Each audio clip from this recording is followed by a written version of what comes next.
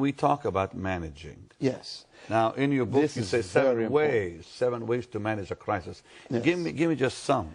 Pastor Benny, first of all, I believe that the reason God created man was for management. Really? I have never heard it put that way. When I read the Bible, people normally think I'm reading a different Bible. Let me read what was on God's mind when he made you. And I think this will help you going through this economic crisis right now.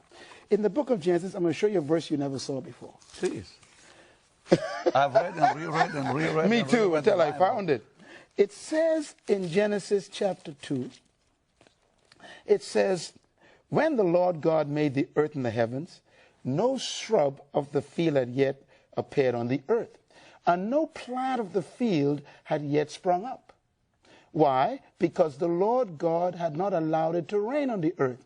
Why? Because there was no man to manage the earth. Now, that's a verse you and I never saw. Marvelous. This is powerful to me. First of all, God had a beautiful planet, but he didn't allow anything to grow, nothing to spring forth, nothing to emerge, nothing to prosper, because there was no manager.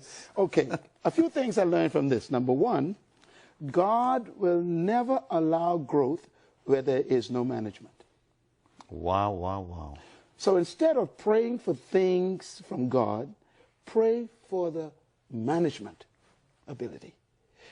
Secondly, God will withhold things from you if you cannot manage them.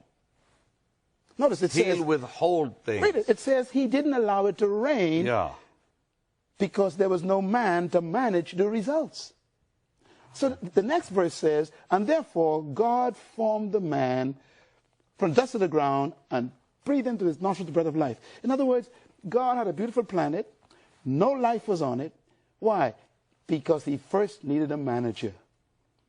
Normally we ask people, why did God create man? Our answer, to worship God. That's not what he says. He needed a manager. I have never heard that. I love that. The number one motivation for God creating man is management. Whatever you mismanage, you will lose. That is powerful. That's why management is so important in this process. Whatever you do not manage, you lose. In other words, God will never give you what you pray for. He will only give you what you can manage. You pray for a new house, and God's looking at the apartment that's unkept. So he only gives you what you've proven you could manage. Some people get jealous of your ministry, but they don't understand the machinery behind this ministry to manage all that's necessary here. And the day you mismanage this ministry, you will lose it. Absolutely.